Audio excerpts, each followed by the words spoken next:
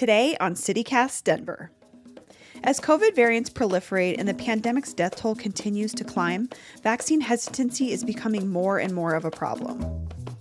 I think there are people who are choosing not to get the vaccine because they simply don't trust the process. To get to herd immunity, we're going to need to do two things: increase vaccine supply and get those shots in arms. But after the last 4 years of ideological division and partisanship, are we even still a herd? Think of the last time someone tried to shame you. Did you want to go along with what they wanted? No, you didn't. You just said, I don't think so. Today is Monday, April 19th, 2021. I'm Bree Davies, and this is CityCast Denver.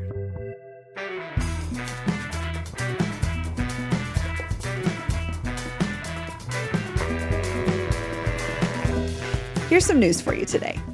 Expect partly cloudy skies with the possibility of rain and snow in the afternoon and a high of just 47. While there was still snow on the ground over the weekend, Denverites took to the streets downtown to protest police violence and express solidarity with uprisings in Chicago and Minneapolis. The march was spearheaded by 17-year-old Ashira Campbell and was followed by an action organized by the Denver chapter of the Party for Socialism and Liberation. The History Colorado Museum has been awarded a $400,000 grant for the creation and support of an exhibition detailing the events of the Sand Creek Massacre. It will be the only exhibit of its kind in the country to recount the 1864 tragedy from the perspective of the Cheyenne and Arapaho people. If you're like me, you may have been one of the 100,000 households to receive a Brita water filter in the mail, courtesy of the city and county of Denver. Those are to help protect us from lead pipes while they work to replace them with copper ones. It's going to take 15 years, but at least we've got these handy plastic pitchers to save us in the meantime. As the world grapples with effective vaccine rollouts, it looks like the U.S. is on its way to inoculating millions of us safely.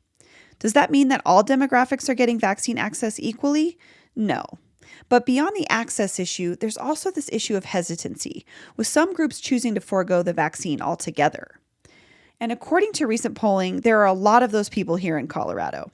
So many that if everyone else gets the shot, we could still be shy of what most people think we need to achieve herd immunity.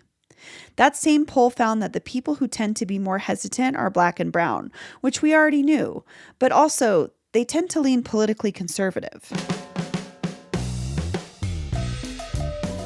I left the party when Trump became the nominee. Then I came back because I thought maybe I could be part of the solution. Now I'm hoping those people will leave and not me. But it's hard.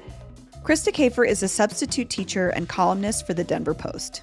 She recently wrote a piece addressing vaccine hesitancy from her center-right perspective. Krista and I found some common ground when it comes to vaccines, like how crucial it is to get the most clear and accurate information out to the public, and why tactics like shaming never work as an educational tool.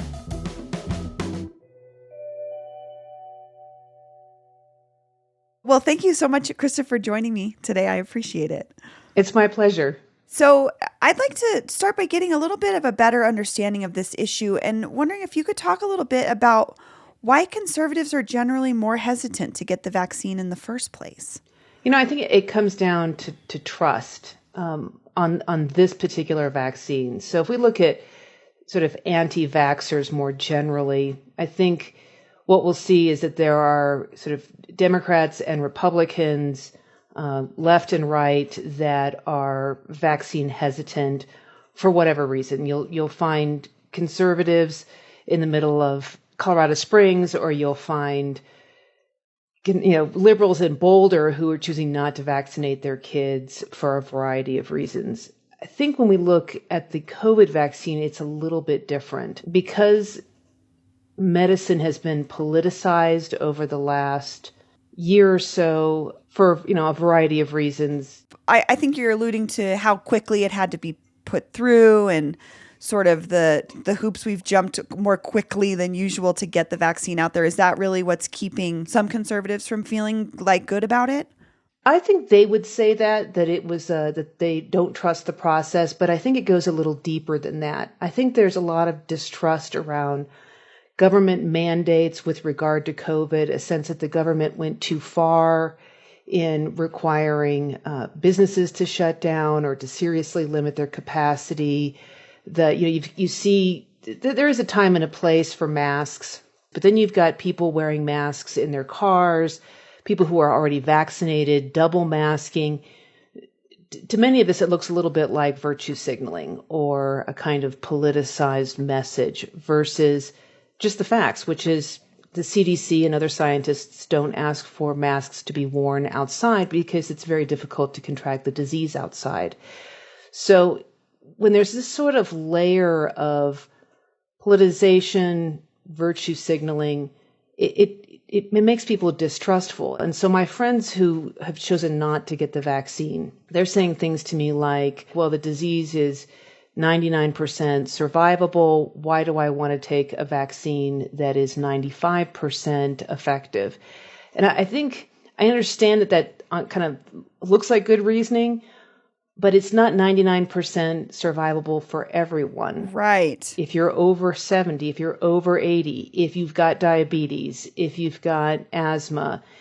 And one thing I made clear in my column is that I've never been afraid of getting COVID, but I don't want to get COVID. I'm paid by the hour. If I don't go to work, I don't get paid. I don't want to take off 2 weeks. I don't want to lose 2 weeks of my time to a disease that is, it can be very serious. And so I try to stress to them that just because you're not afraid doesn't mean that you want to get it. That's another question I had is, what sort of tools do you have in your toolkit to do that convincing? Or like if someone is listening to this who's like, I have a relative that I'm really trying to get on board with vaccinations. What are the ways that you've been able to talk to people or convince them that this is a good idea? I'd say don't back someone into a corner. Shaming people doesn't work. Think of the last time someone tried to shame you. Did you want to go along with what they wanted? No, you didn't. You just said, I don't think so. Right.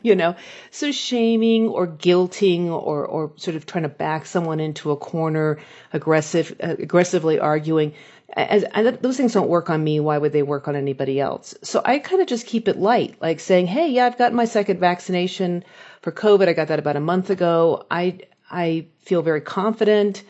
I don't want to get sick. And I also stress that I'm not afraid of it. I'm not in a risk category. So I didn't do it out of fear. I didn't do it because the government told me to do it. Everybody who knows me knows that I'm not a big, kind of a non-compliant person when it comes to arbitrary rules, a little bit of a rule breaker. I did this for my health. I did this so that if I meet somebody who is medically vulnerable, that they will, that there's no chance that I would transmit it. I wouldn't say no chance, but there is very limited chance that I would get it or pass it. I also plan to take a trip this year. Not sure where I'm going, but international travel is one of my favorite things to do. And it wouldn't surprise me if there aren't vaccine requirements for travel at some point. And I say this because when I go to West Africa, I have to carry my vaccination. It's like a yellow card that has all my vaccines on it. This says that I've been vaccinated against yellow fever. In West Africa, certain countries, Senegal, Ivory Coast, and others, they're doing everything they can to limit exposure to yellow fever because it is fatal. It's actually worse than COVID. So I wouldn't be surprised if some of these smaller countries who do not have the hospital capacity that we do. We have a marvelous medical system here. Our healthcare system is extraordinary. I know because I've been to a lot of places and seen what it looks like elsewhere. If you get COVID here and you go to the hospital, you have a really good chance of surviving. Not everybody does, but you have a really good chance of surviving. That may now happen in India, Senegal, even some of the poorer countries in Europe. And those are the places I like to go to. So I want to make sure that I'm part of their solution as well. What I've heard from a lot of folks is they're going to wait and see when it comes to the vaccines. Do you think conservatives are going to wait and see and then get it? Or is wait and see code for never? One of my friend who just got the first vaccine was in the wait and see camp. And actually, I know some other people that were in the wait and see. Well, as they waited a little bit, they saw that people were getting, particularly the Pfizer shot, and they were doing fine. I think I was a little tired after I got my second shot, but you know what? I'm always a little tired, so I don't know that I can blame it on the shot. So I think that people are seeing friends and neighbors get it, and they're saying, hey, you know what? it isn't a big deal. Let's get this done. They've seen that hesitancy that people have reported in like January seriously cut by now, where people are just seeing friends doing it. It's just becoming a kind of normal behavior. And I think that's a good sign. And I guess lastly, I think all of us are kind of grappling with this right now with the Johnson & Johnson vaccine, pulling back with that, with some of the side effects. Have you had any conversations around that issue, or had anybody say like, I told you so kind of thing with that particular vaccine? You know what? I haven't had any conversations around that in particular, but I would say that if somebody did mention that, I would say that it's a fairly rare reaction. And, I think about my own medical history. Occasionally you'll go on a medication that works great for other people, and you'll take it and immediately your body says, you will never put this in me again. Yes. I had that happen last year with a acid reflux issue, where I took the medication. It made me so sick that I went off of it. I was like, I would rather live with acid reflux. And I went on something different, and now the situation has been resolved. But that happens. That happens with regular medicine, that you'll take something that works for others but doesn't work for you. And that there's no perfect solution. If you're looking for a pill or a shot that has absolutely no side effects and, you can live happily ever after, that just doesn't happen. What we're doing is we're mitigating situations. All human solutions are slightly imperfect, however good they are.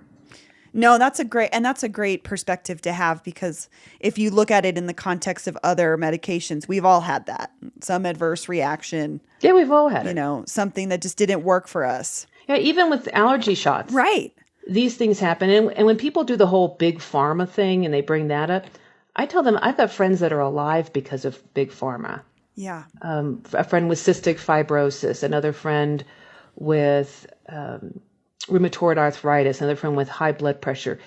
All of these friends, 2 of them would be dead. One of them would have a very difficult life. I love big pharma. So I'm really glad that big pharma came alongside in this situation and did everything they did to create these vaccines so that we could find a good solution to this epidemic. Well, Krista, thank you so much for sharing your perspective. It was my pleasure. That's all for today here on CityCast Denver.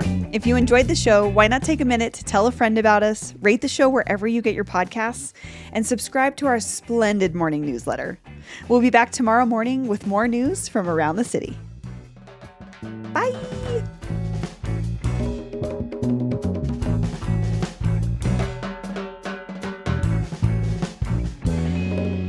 Screw that somber tone. Here comes the news.